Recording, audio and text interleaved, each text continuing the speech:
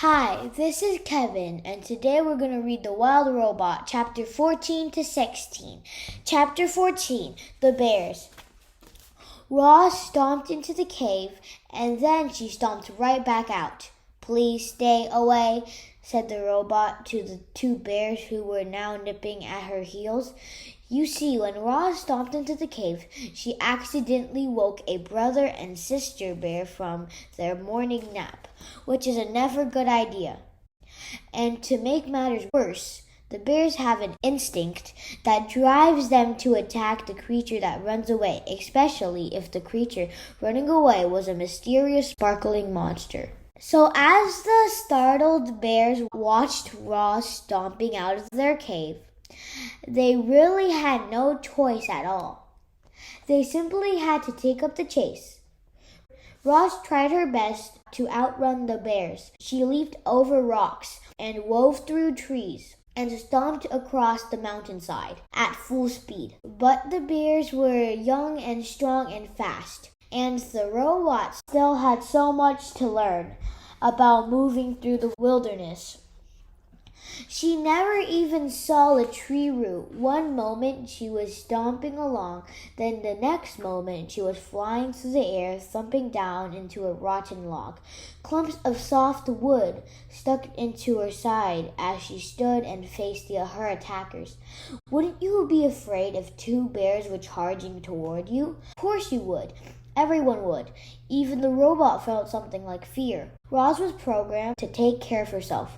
She was programmed to stay alive. And as the robot watched those bears charging toward her, she knew her life was in serious danger.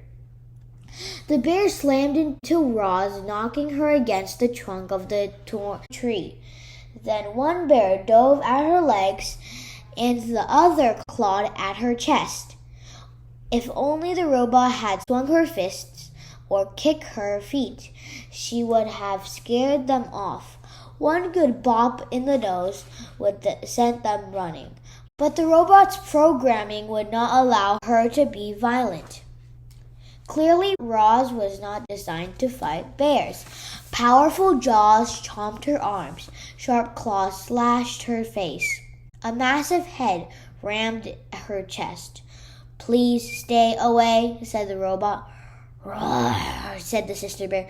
"Grrr," said the brother bear. And then the bears went in for the kill, but the robot had vanished. Chapter 15, The Escape. Using all the strength in her legs, Roz jumped straight up, high into the air, and landed on a tree branch overhead. The tree shook the sudden weight of the robot, and then thunk, thunk. Two pine cones bounced off Roz, and then a moment later, thunk, thunk, the same pine cones bounced the bears below. The bears grunted with annoyance. This gave Roz an idea. The robot's programming stopped her from being violent, but nothing stopped her from being annoying. So Roz plucked pine cones from the nearby branches and lobbed them down at the bears. Thunk, thunk, thunk, thunk. Each pine cone bounced off its target with annoying archery and whipped the young bears into a frenzy. "Roar," said the sister bear. "Grrr," said the brother bear. "I do not understand you bears," said the robot. Roz was about to unload a armful of annoying pine cones when a distant roar echoed through the forest. Back at the cave, the mother bear was calling for these two, and she did not sound happy. The young bears looked at each other. They knew they were in trouble. But before lumbering home, they glared at Roz and snorted one last time. More than anything, they wanted to kill the robot. Chapter 16. Okay, guys, this is where we're going to stop.